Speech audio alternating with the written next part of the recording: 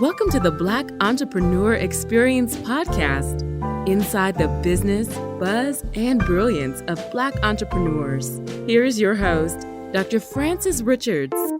This is a bonus episode. What happens in Vegas goes all over the world on Black Entrepreneur Experience, episode number 261.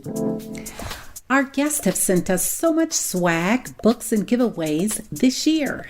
I can't wait to announce our monthly winner. So if you want exclusive content delivered right to your inbox and to enter into our monthly drawing, go to drfrancesrichards.com and subscribe to our mailing list. That's drfrancesrichards.com. drfrancesrichards.com. That's drfrancesrichards.com and subscribe to our mailing list. We promise we will not spam you or sell your information. Thank you for joining us as we elevate the Black entrepreneur experience by interviewing CEOs, thought leaders, innovative thinkers, and Black entrepreneurs across the globe. I'm your host, Dr. Frances Richards, wig-making beauty expert, born and raised in Dallas, Texas, founder and owner of Lavish Locs Hair Company. Welcome, Jasica Gray. Hello, how are you? I'm perfect. Thanks for asking. I've given our audience such a brief bio. Why don't you fill in the gaps and share with our audience what you'd like them to know about you and your business? I actually think you did a great job of the bio. So there's not too many gaps. Yeah, I own a wig store here in Addison, Texas, which is like subdivision of Dallas. And I cater to men and women who have to wear wigs due to hair loss, or they just want to wear wigs because of trends and fashions and just to make their life easier. I've recently I haven't released it yet, but I have a product line that's coming out that is formulated for wigs and extension. I've been doing this for maybe 4 years because it was election day when I opened up my stores. So about 4 years. And yeah, I've seen a lot of different things. I've seen my business through a lot of stuff through a pandemic, and we're still standing. So God is good. I'm so excited. That is an amazing testimony. Talk about standing in a pandemic. What do you attribute your success to? So my parents, they're actually my business partners. So I contributed to that. I also give credit to God because if it wasn't for him, we wouldn't be able to sustain through all of this. Yes, we had some really low months, but at the same time, people were still buying wigs during a pandemic. Even when we were on lockdown, they were still trying to get me to come in here to make them a wig. So I would say that what I owe it to also is great and loyal customers. I have customers that will drive from Austin, that will drive from like 4 to 5 hours away to come and actually be with me in person for me to make them a custom wig. So that's what I would credit all of that to, is God, my parents, and great customer. And that's great. And we absolutely do want to give honor to God for seeing your business soar. Yeah. Talk about, how did you get into the business?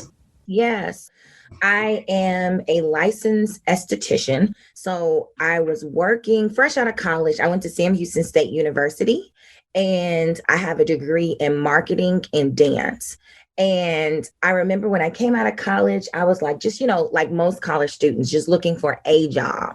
I was very privileged not to come out of college with a bunch of debt. I was ahead of the game with that one. So I just remember working. I was a recruiter. I worked for a jewelry company. I worked for so many companies, and I just was never passionate about it. I was like, oh, when is this day going to be over? And I was like, this cannot be my life. So I was like, what would I do for free for the rest of my life? And so the thing was makeup. And so I was like, okay, I'm going to do makeup. So what do I have to do? I wanted to have all the license, all the accreditations. So I went to beauty school. I went to Ogle. I did not get my cosmetology license, but I got my aesthetic license. After that, after I completed my aesthetics courses, I moved to New York and I went to Makeup Designery, which is a school that is very focused and concentrated on you doing hair and makeup for movies and television. So it was like a 6-month process. And we had all these different courses. We were able to work with all these different photographers. I was able to be on a commercial for Dior. I was able to do New York Fashion Week and did hair and makeup. So that's when I actually developed my love truly for doing hair. I always like doing my own hair, but doing other people's hair.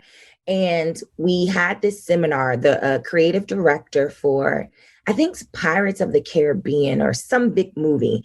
She came in and she's like, if you ever want to make money, you have to learn how to make wigs. And I was like, okay. So she had a course about making wigs. So I took that course. And then when I came back, I still was working in the industry, but like more on the business side of things. So I was an account executive and a trainer. So I would travel everywhere. And I just remember my mom said, oh, we should open up a wig store. And I was like, you can't pay me enough money to work in a wig store. And she was like, just think about it. And I was sitting one day in Ulta and I was selling for someone else. And I was like, I could do this for myself. Like, I've always been a seller. I've always been a talker. And so I was like, I could do this for myself. I can sell my own product. I can be my own brand. And I remember I left that day early and I went and drove by wig stores here in the Dallas-Fort Worth area. And what I saw was an absence of us in the market. I didn't, like, you would walk in a wig store, you would see all these silk straight wigs, shiny, and the ones that they had for Black people, they looked cheap. They looked just like kink. It was just like, there wasn't pretty, or you had this big old line across the forehead. I was like, oh, this looks natural. So I was like, I could do this. I can create a wig line. I was laid off from that job. When did we get laid off? I think it was July or June, but we had already signed the lease for my spot in June. And so God just, he knew, obviously he knows what's coming. And he just went ahead of me and covered me. I was able to live off my severance. I was able to live off my unemployment. And I actually made more money during that season than I ever did working for somebody else. And then fast forward, we opened our doors. It was November. Actually, Trump had just got into office, was our very first day opening. And we just been here ever since. And so, yeah, that's it pretty much. What was that aha moment that you knew you were going to be successful? I don't know if I would put myself as successful right now, but I think an aha moment for me, because my bar for myself is up here, so I'm nowhere close to that yet. But I feel like what made me feel like, okay, this is working is when I saw the growth. And I was able to remember the times of when we would come in here and we would get excited about $1,000 month. Be like, oh my gosh, we sold one wig. Now where it's like, I have so many orders and so much stuff. It's like the list just keeps going. And it's consistent. And then when people would tell other people about us, that's what made me feel like, okay, I got something here. I'm on the path to success. I don't know if I feel like I'm successful yet. So how do you define success? Well, I actually, in front of me, I have this roadmap to success that is plastered on my wall. I have things that I want to accomplish where I don't have to be here daily, where it can basically be Lavish Locs can be its own entity with me or without me, where I can then take what I've learned and I can teach someone else exactly how to do it. So when I don't have to be here every single day, and then also when I can say, hey, like I have a best friend, her sister is starting to do what I'm doing. I would love to mentor her. And if it worked, then I would feel like, oh, I'm successful in this area. Absolutely. Talk about raising capital to open your business. Well, my capital is a lot different. I am very fortunate. My parents are great with their money. Excellent with their money. So that was really my capital. They believed in me. And after my mom presented it to me and then I presented it back to her, then that's when we were able to hatch out this plan of what we needed and how we needed. But literally, my story is not like everybody else. I know people go like crowd surfing and asking for money. My crowd was my family. That's how I raised the capital to start my business. But I will say, I didn't just say, oh, we're opening up this store, this brick and mortar store. It was baby steps. I had to prove myself first. So first we did it online. From online, we rented out just like an office suite. And then from the office suite, then we had the store. Once we grew beyond that, then that's how I was able to prove like, hey, we can do this. Talk about your top 2 influencers. Who are they and what lessons did they teach you? Oh, that's a good question. I don't even know. Influencers. My mother actually has a friend, and I would say that she influences me because her job is to take businesses to the next level. What she has influenced me to do is to always keep learning. I never hired her to be like, hey, teach me how to take my business to the next level. But when she would come and see me, she would give me like little bitty nuggets, like certain books to read, and also to reassure me of where I'm at. I'm in a good space, that I'm exactly where I need to be. I would say the other person that influences me is my cousin, Devin. He is an entrepreneur too, but he has been doing this, so maybe like 12 or 13 years. I don't know, but he owns a landscaping company.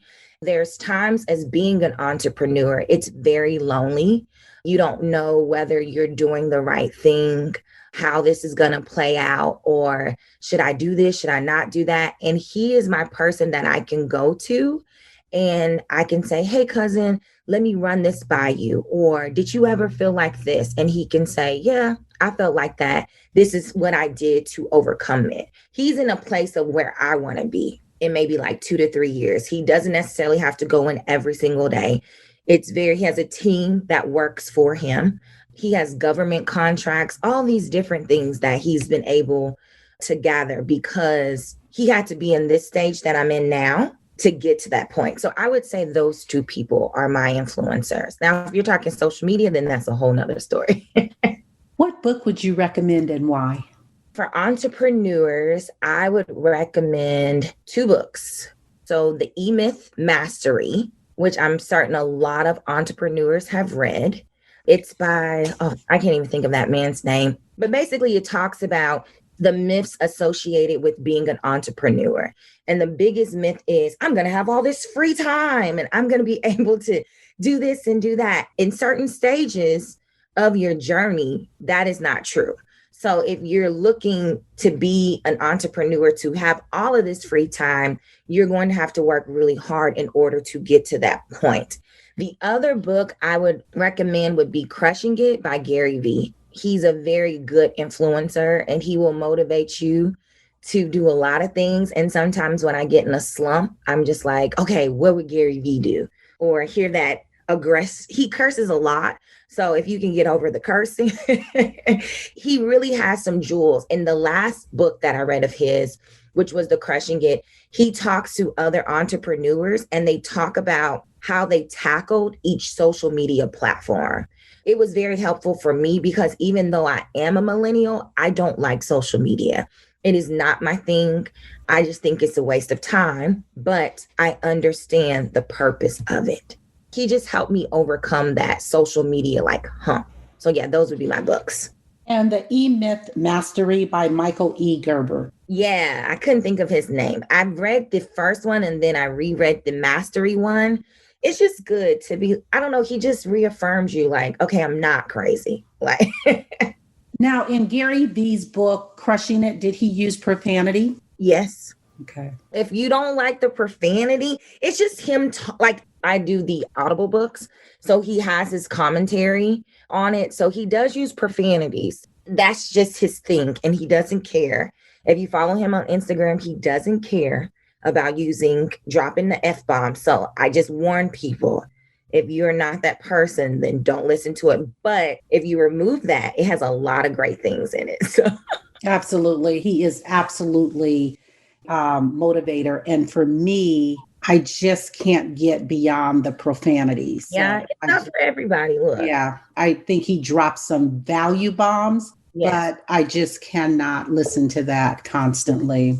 I do agree with you. The word is listening. What is that resounding sound or that message that your generation is saying that we should listen to? You asked some good questions.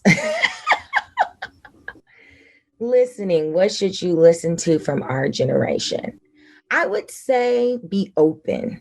Be open to things not being so cookie cutter. Like for instance, I have to go to college. I have to get a degree. I have to get married. I have to have kids. I have to work for somebody else. That to be open to explore being an entrepreneur, to be open to living in your dream and your purpose and how God created you. I feel like the generation before me necessarily doesn't do that. But I think even though I don't like social media, I think social media has exposed young people living open, young people living their dreams and being able to sustain themselves without having to go to work 9 to 5. So that's what I would say. And what can we do right now to support your business? Buy a wig. No, if like everyone doesn't wear wigs, so I get that. If you do, you can shop on lavishlockshair.com. If not, you can just follow us on social media platforms at Lavish Locks Hair, except for Twitter, which would be Lavish Locks 1. You can share my content. You can comment on the content. You can tell a friend who you know might wear a wig or might be interested in there. If there's something that you think might be helpful, you can email me. I'm open. Like, really, I'm open. Support is big to me. I have a friend of mine, every time I post something, before I can post it, she's sharing it. And she wears wigs, but I don't always think, oh, you got to keep buying wigs to show that you support me. Share my content. I have a YouTube channel that I spend a lot of time on. Subscribe to the YouTube channel. Hit a thumbs up. Like, something so small can show support. The word is give, get. What do you want to give and what do you want to get? So what I want to give, I actually love giving. I love giving education and knowledge. So I feel like when I started doing this, when you would reach out to other people who did what I did, they wouldn't want to share anything or they wanted to charge you a fee. A lot of times if someone asks me, I'm like, oh, this and this and this. Obviously, I'm still protective of my business. But if anybody asks me, like, how did you find your vendors? How did you do this? How did you do that? I will let them know step by step what I did. I'll give you my opinion. Whether you take it, it's up to you. And then I would give the education and the knowledge of being in business for 5 years, whatever. And what I would like to get, that's a hard one for me because I don't really like, my love language is not receiving things. I like loyalty. So I guess what I would like to get would be loyalty. Customers, followers that are loyal to me, but only loyal to me in an authentic way, not in a fake or fraudulent way, only authentic loyalty. Who is Jasica Gray and what matters to Jasica? I am a young woman starting off on a new journey. I'm actually about to get married in September. So this is new for me. I feel like a lot of things are changing in my life. I'm a very proactive, ambitious person. I'm a God-fearing woman. I really, really, really, truly love serving. I'm a dancer. What else is there about me? And I would say that I am a great friend and a giver. That I guess, no one's ever asked me that question before. So that's a good question. Congratulations on your engagement. Yes. Oh, so happy for you. Yeah, it happened October the 16th. So my fiance's birthday is on the 17th. So he just purchased a home. And so I knew it was coming. I'm going to be honest with you. I was like, oh, it's coming. He had just purchased a home and he was just very adamant about the home and then the engagement. And so it's like after he purchased the home, I didn't think it was going to be as close as it was because he purchased the home August. We got engaged in October. And I was just thinking financially, like even after he showed me my ring, I said, so when do we make the first payment on it? And he was like, girl, there's no payments on this ring. And I said, well, how did you afford this and this house? Like, you got a money tree I don't know about. But yeah, So he had a housewarming party and he invited all of my family and, well, not all of my family because it still was a pandemic, most of my family and his family, and we were outside. And then my sister, who's a horrible actress, love her dearly, but she's not a good actress. She was like, oh my gosh, I'm having a panic attack. Come with me upstairs. And I was like, why are we up here? Like, this makes no sense. So literally after she acted like she calmed down and went downstairs, I went to the bathroom. I put on lip gloss. I curled my hair again. And then I went downstairs and then everybody was outside. Then they opened up the back doors and he was standing there. It was sweet. His words were nice, but I knew it was coming. And then one of his friends spoiled it by telling me, congratulations. We got engaged on a Friday. They told me congratulations on a Thursday. So, yeah. And I just acted like, oh, yes, I'll marry you. Just give me my ring. About time. So, congratulations. So are you guys going to have a big ceremony, a small ceremony? it's going to be huge to my standards. My fiance is Nigerian, but to his standards, it's not huge. To me, 400 people is huge. But to him, he's like, oh, I could do 7. I'm like, you're crazy. We will not do 700 people. So yeah, we get married September the 18th at the Four Seasons here in Dallas. So absolutely. Now, is he an entrepreneur? He is somewhat, I would say yes. So he is a pharmacist during the day. And then at night, he likes properties and buying land and flipping properties. So yes, he is an entrepreneur, but he's like both. He can't lead a day job yet. So Oh, that's awesome. mm-hmm. I want you to have a monologue, and I want you to name the person that you're talking to, living or not, that has impacted your life so much. Who is the person and what are you saying to them? So that would probably be my mother. I would just tell her thank you for everything that she's ever done for me, for the things that she did for me that I didn't even know she was doing for me, for her prayers, for covering me when I didn't even know I needed to be covered, for always believing in me, for being my biggest cheerleader. Like most parents, when I started college, most parents want you to go into something sensible. But my mom is the person that really, truly, truly knows Jasica at the core.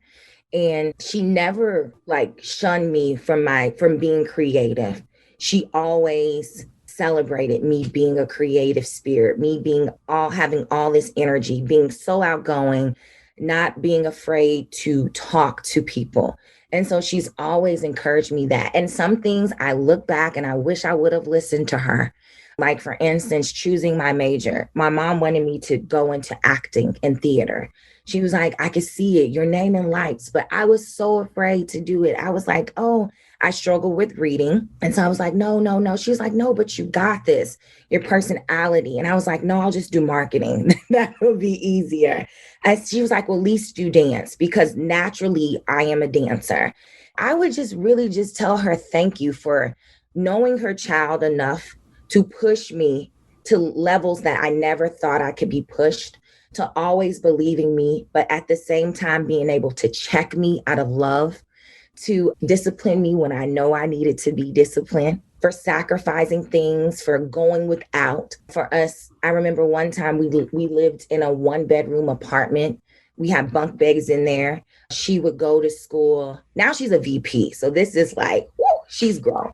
But from being a secretary and then now she's a VP, and just all the sacrifices, her working during the day, going to school at night to get her master's, I would really just tell my mom, thank you, because I know at her age, she was like 20 something. That wasn't easy. Even now, what she does, it's not easy. She's the person that I go to for everything. So my monologue would be to her is just thank you, because I know I would not be who I am, where I'm at, be blessed to have all of the things that I have. My dad is in there too. But if it wasn't for her, she's such a strong woman and she's different. She's built different. I try to tell people my mom is different. She's just not like the average woman. She's built totally different. So yeah, that's what I would say to her. What is the best decision you have made as a leader? Best decision I've made as a leader.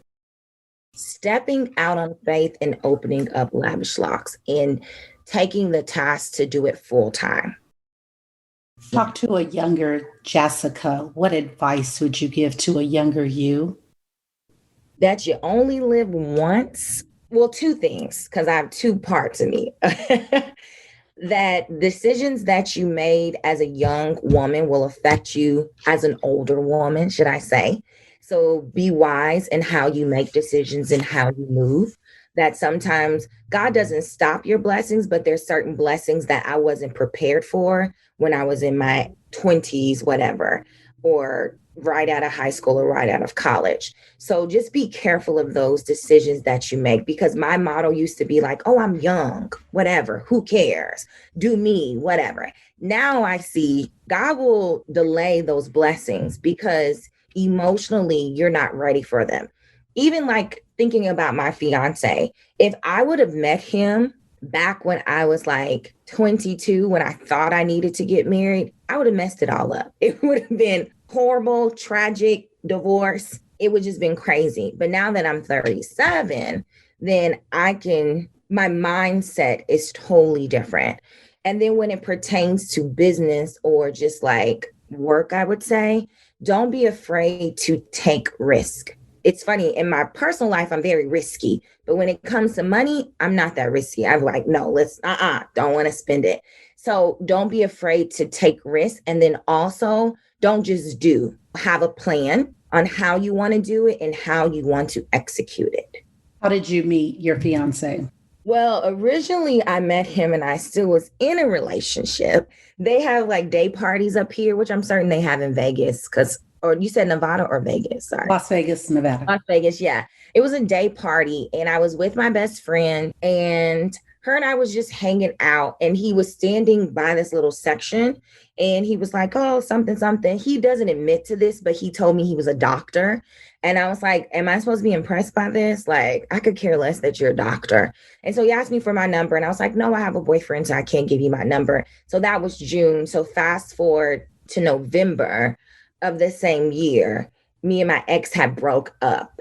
And me and my same best friend, we were out for her birthday and my cousin was there and my best friend's sister was there. And we just was having a great, when I say the best time in our lives. It was Thanksgiving. We were full. We're like, okay, we're going to turn up for your birthday. Yay.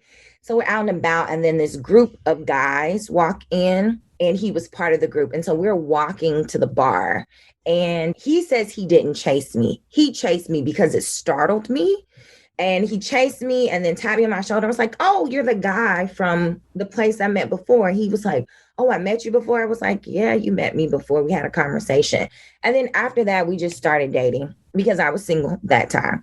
So we started dating and yeah, we were dated before we got engaged for like 2.5 years. And then we got engaged. Yeah. And your parents are pleased? Oh, yeah, they love Cash. They think he's amazing. Yeah, he's a really good guy. Like, I just wouldn't have been, like, I really think about this. I wouldn't have been open to him at all. I just wouldn't have been. I would have been like, no, like, this sounds so bad, but God is so good and so faithful. So I kind of share a little testimony. I was into drug dealers and rappers, and that was my thing. It was like either you or athletes. Like, if you played in the NFL, the NBA, overseas, you were a rapper or a drug dealer, I was attracted to you. Had no reason why. My dad is not even like that. So, but I just wouldn't have been open to him. Then it got to the point where I was like, I can't with that lifestyle anymore. And it wasn't until after I got closer to God that I realized that that's just not me. I can't. That's just not for me. I'm chosen to do something better than this lifestyle. Thanks for being authentically you and sharing that amazing story. Mm-hmm. It just was a lot. What do you need right now that you don't have to move the needle forward? I think a great employee. So before COVID, I had 2 great employees. Well, I had 2 employees, one really great, one not so great. So I would need someone that is reliable, someone that I can trust with my business, and also that sees the vision. Because a lot of people come in my store, it's like, oh, you should offer this, you should offer that, you should offer that. No, we don't do that. We're not a salon. We're not a beauty supply store. We're not any of those things. We are a wig store. So we're going to stay in our area. So I would probably need someone that sees my vision. So a great employee. Also, it's always good when you can have more money to reinvest into your business. But at this point, I'm good on that aspect. But a great employee, a great employee. Did you guys take advantage of the PPP loans? Yes, God is good. That's why I said right now on the reinvesting, we're good. On the PPP loan, that was a blessing. Honestly, they got that right. So yeah, it just was a blessing. It was difficult to get for us. For some reason, the first time we did it back in June, they didn't reject us. They just never, the bank that we submitted it through, they never submitted the paperwork. It just literally sat there. We even used an attorney and it sat there. And then recently my mom redid it and we got it. And so now we're about to get the second one. So excellent. Congratulations on that. What problem exists in the world today that you would like to solve? I have two things. One is going to be kind of really far off. The other one is going to be like kind of standard. So one thing, I don't like homelessness. It bothers me when I see homeless people on the street, especially when there's so much money in America. There's so many things to like help people. That would be the one thing. The other thing that is very far left for me or far right, I don't know. It's just not because I am a Christian, is I don't like the way that transgender women are being murdered at a very high rate. Because I feel like if I might not understand your lifestyle nor agree with it, but do I feel like you should be murdered because you're choosing something or you're living your life in a certain way? That really grinds my gears. It annoys me because obviously being in this industry, I have a lot of customers that are transgender. And I can just only imagine someone just killing them just because, like, hey, I don't like you, I'm going to kill you. That grinds my gears. And so if there's a way that I could fix that so people can be more understanding. And then the other thing would be, I just don't like when someone kills somebody over obviously the color of their skin. So like that bothers me. Yeah, I guess those would be the things that are going on in the world that really like, just worry about yourself. Yes, God calls us to love our neighbors. So how about you try loving them first and then being a part of their life? And then maybe you can then like start changing things or talking to them about God or Christ or whatever the case may be. But if your approach is just like, I am this person, I'm that person, you're different from me, I hate you, I'm going to kill you. That's what bothers me. So it was all those things put together. If I could change hate, that would be my biggest thing is hate. Oh, I cannot. That sounds bad. I hate hate, but I do hate because sometimes people just get so consumed with other people's stuff and it has nothing to do with you. And if you would just simply either talk to them, get to know them, or I don't know, you don't got to kill people. Like I watched something yesterday and this couple got killed. And this guy was just like, I have to preserve my race, my white race. And I was just like, see, this is the stuff that bothers me. It's just like, you have to take it that far. And he didn't care. He was like, I don't have to apologize. I don't have to do it. So things like that, like bother me when you have a sense of entitlement because of the color of your skin or your sexual orientation, that you feel like you have to put other people down to make yourself feel better. So if I could solve that, I would try to fix it. I don't know. That bothers me. How did you vet your vendors? Oh, that was a year's process, honey. Like the first vendor we had, I would buy hair and I would give it to my cousin or I would wear it. I remember she had got us sew in and the hair had bunched up at like the top of her head. I was like, okay, so that's not going to work. It just was a lot of trial and error. Like literally, you just have to maybe say, okay, I'm going to spend like $2,000 trying to find a good vendor. And things you want to look for is how quickly can they give you the product? Is their product consistent? Because that's something that I still run into this day. And especially with the pandemic, it was like there was a shortage of lace. Like, I don't know what happened with the lace, but there was no lace in 2020. So you can't make a wig without lace. that I would make sure they have enough product, they can ship it to you in a timely manner. How well is their communication? Making sure that they don't just accept Western Union, that you can PayPal them or you can do a transfer, because these are things that if you only do Western Union, they can take your money and that's it. If you do PayPal or bank transfer, you can get your banks involved and they can give you your money just in case someone tries to rip you off. That's how I vetted. It was trial and error. And then I started having like a vendor checklist of like, these are the things I'm looking for. Okay. I would take the hair, I would burn the hair, I would bleach the hair, I would color the hair. So that's how I chose my vendors, by just trial and error. Are you still getting a lot of your products from overseas? I do. I get a lot of my products overseas just because of cost. And honestly and truly, that's the only source of it, because regardless, no one's like buying American hair. They're buying Brazilian hair, Cambodian hair, Burmese hair, Russian hair. So they're not saying, oh, I want Wisconsin hair. So that's why most of your vendors are going to be overseas. If you find a vendor that's here, they're probably still getting it overseas and just bringing it here and storing it here. When we first started out, when we did the website part, I was living in New York and there was a company in Jersey, but they were doing the same thing. It was just, they only sold to wholesalers, but they were in Jersey and they still was getting the hair from overseas. Just cut out the middleman. Is there a social cost tied to your business? I have a thing that I used to do, but I actually didn't do it last year because of everything that was going on. But it's called Love by Lavish. And so basically you just had to write a story telling us about your hair loss journey. And I gifted the individuals a wig. That's pretty much it, because I do have a lot of women that suffer from hair loss. The other thing that I'm in the process of working on now is to be able to accept medical insurance. If you suffer from hair loss due to alopecia, cancer, lupus, whatever it is caused you to lose your hair, if you go to your dermatologist or your oncologist or your doctor and they write you a script for it, we'll be able to fill it. So that should alleviate a lot of the cause, especially if you're doing radiation and chemo and all that other stuff. You have a lot of expenses. This will be one less thing that you have to think about, and you'll get a quality, natural looking wig is the point. Because sometimes you'll go to your oncologist and underneath they'll have a wig store at the bottom of the hospital, but those wigs are trash. They're like horrible. So we do donate to American Cancer Society at Medical City here in Dallas. And I donate only ethnic wigs, like textured wigs, because a lot of Black women will go there and they're like, I don't see anything that mimics my hair.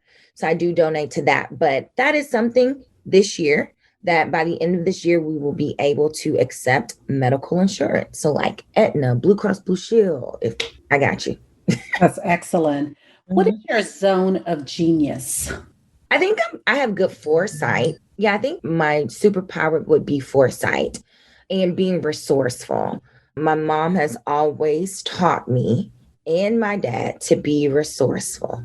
Never let someone lead you down somewhere that you don't know where you're going. So yeah, like just being resourceful. If you ask me a question, don't be afraid to be like, oh, I don't know. Using all the resources that's around me to formulate an answer so that I can have an opinion. So just being resourceful or figuring things out that I don't know. And what would you say your weakness is as an entrepreneur? Sometimes I give too much. Yeah, I can give too much, especially if you tug at my heartstrings. Oh, child. I had one customer, I have a cancellation policy, and she had told me she was coming and she was like an hour and a half late. And I was like, well, I can't take you. But then she was like, Jasica, my house burned down. I had a miscarriage. I was like, oh my God. I was like, and she's like, and it's my birthday. I was like, come in. Things like that tug at my heartstrings. Or if someone tells me a sad story, I'm not a crier, but I'm going to be like, I got to give them something. What can I give you? Or as I'm always trying to like, how can I make this easier for you? Yeah, that is my kryptonite, a sad story. And that's not good all the time in being an entrepreneur, because somebody could just come and make up something and you over here like, really? Let's switch gears for a moment. Talk about your worst moment in business and what was your takeaway? Trusting an employee that I shouldn't have trusted. I don't like to micromanage. If I'm going to hire you, I give you my trust first. And so I just trusted her too quickly and she took advantage of it. And so now when I hire, we have certain like boom, boom, boom, boom, boom. If you're not doing this, right up, you're out of here. But yeah, it would be trusting an employee that I shouldn't have trusted. Talk about self-care. What does self-care look like to you? I would recently say my self-care regimen is a little bit different than what it used to be. And I would thank the pandemic for this one. My self-care regimen would look more like I just recently started like Pilates. And so Pilates is very relaxing, even though like you're burning and like they're toning in all these muscles. It's just the atmosphere is very relaxing. And then on the days that I'm not up here, taking the time to take a nap. So that's what my self-care looks like. Yeah. Forcing myself to say, Jasica, it's okay. You don't have to do all of it at once. And don't feel guilty that you don't do it. And understanding the true definition of time management and putting things what need to get done immediately at top and then other things down. So it'll be working out, taking a nap, and time management. If you conducted this interview, what is the one question you would have asked yourself? I want you to ask the question and answer it. I think you did a great job. You asked me questions. You made me dig deep, doctor, deep. I don't know. You asked me everything from personal life. We talked about everything. So I feel very fulfilled with this interview because you did a great job with your questions. Thank you. And we did not pay her to say that. No, she did not pay. Literally, I was like, oh my gosh. Most time people just ask you like fluffy questions like, what's your favorite color? What's your line? Or tell me about a wig. And no, you did not do that. You asked me about my soul. And so, no, that's perfectly fine. So we've come to the part of our interview. It's called Fun Facts Lightning Round. I'm going to ask you a series of questions and I want you to give us very quick answers. If there's something you desire not to answer, feel free to say pass. Are you ready for the Fun Facts Lightning Round? Let's go, girlfriend. The last movie you saw? Oh, Coming to America 2. You relaxed doing what? Taking a nap. Your favorite singer or rapper? Beyonce. Your favorite dance song? Ooh, that's hard. Anything that I can do a holy twerk to. Your favorite color? Pink. What food you eat every week, no matter what? I don't eat the same food every week. I'll answer macaroni and cheese. Your first job?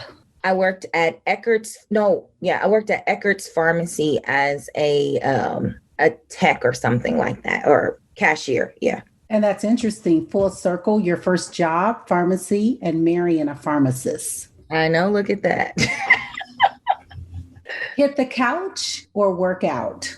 Probably going to hit the couch. Jasica Gray, thank you so much for joining us on Black Entrepreneur Experience Podcast. Before we let you go, why don't you share with our audience the best way for them to connect with you and to do business with you? And don't forget to leave all your social media handles. Yes. Okay. So the best way to connect with me is you can visit my website at lavishlocshair.com, and Locs has no K on it. So it'll be Lavish and then LOCS hair.com. And all of our social media handles are Lavish Locs Hair, except for Twitter, which is Lavish Locs 1, because Lavish Locs Hair was not available on Twitter. But yeah, we're located in Addison, Texas. You can even call up here if you want to. I could care less. 214-377-9355.